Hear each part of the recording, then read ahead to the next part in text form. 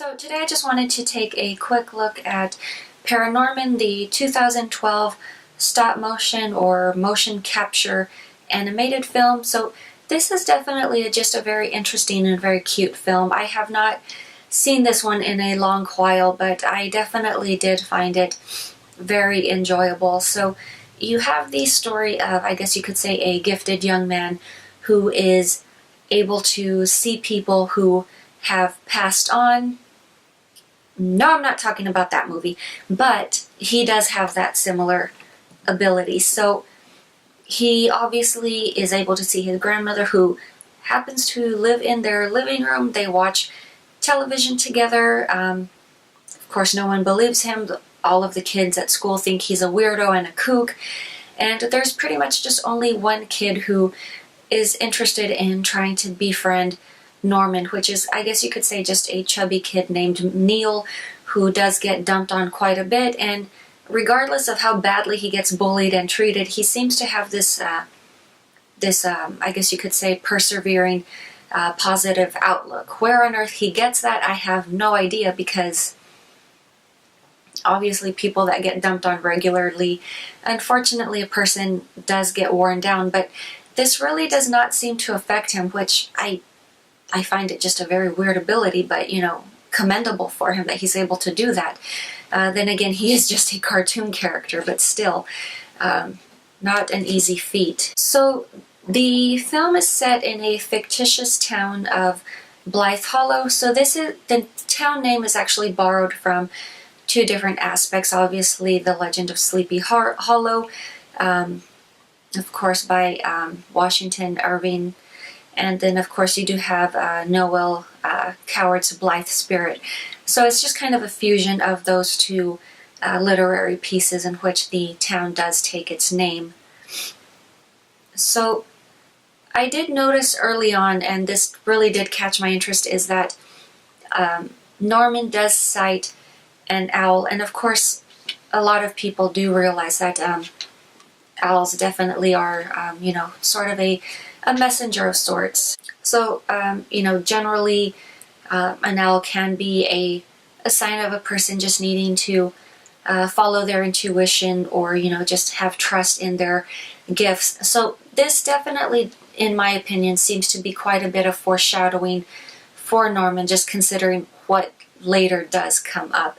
And of course, it really isn't too long before he's kind of met by a homeless man. He's told that he needs to help save the town. Of course, the man later does pass away, and he visits Norman while at school in a very, very humorous and ridiculous scene in the boys' restroom. Of course, there's kind of like a flood of water. Eventually, the bathroom stall erupts. The school bully happens to be in there, and Norman just kind of says, "Don't go in there," flushes the toilet and walks out. But it's just a very hilarious scene, because it kind of does give the idea of kind of like major bowel issues or something going on in there. But it's really just this ghost fellow pretty much just giving Norman the rundown, and pretty much just telling him he's now taking charge of keeping the, I guess you could say, the town witch asleep so that she does not wreak havoc. Of course, this does not happen. Norman accidentally visits the wrong grave. He does not get to finish reading the story.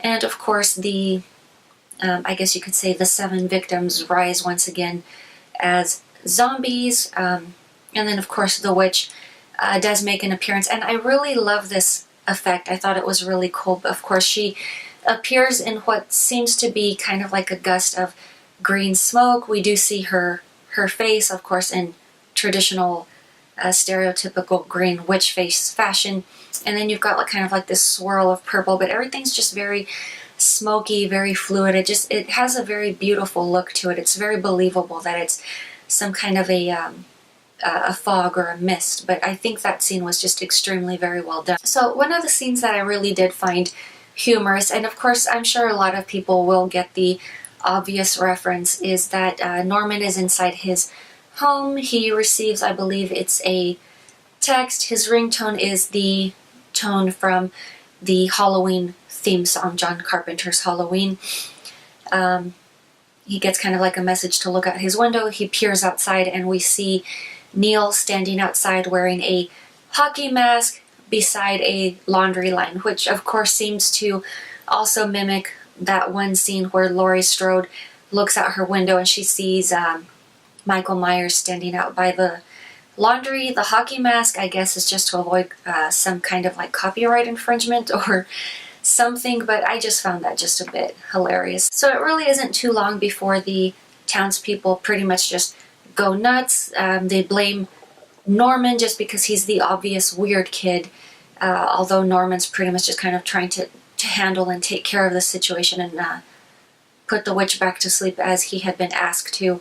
So you've got these crazy rednecks with shotguns running around, shooting at the zombies, as well as just kind of hunting down Norman and putting the blame on him. Of course, later we do find out, or rather his stuck-up bubblehead sister does tell the townspeople what actually is going on, tells them to back off. Norman does wind up making his way to the witch's actual grave via directions from a zombie who was riding in the backseat of their vehicle. And of course the zombie and the sister seem to be playing this childhood game of stay on your side of the seat, don't touch me, yada yada, so on and so forth. So it's kind of just ridiculous. But obviously we see the scene from the family's perspective, in which the zombie just grunts and makes these inarticulate sounds, but Norman is very clearly able to understand him. So he very much does speak the language of the dead, essentially. So Norman, like I said, Norman does make his way to the witch's grave. She refuses to be put to sleep because obviously she feels that she had been severely wronged and she wants to punish and hurt everyone who ever hurt her. Norman kind of brings to light that he had also been treated similarly, and she resents the fact that he's trying to relate to her. So it's actually when he grabs a hold of her, I guess you could say to a degree, that he's sucked into her memories or her past, and he sees what actually did happen. And he pretty much just kind of does, in a sense, help heal old wounds.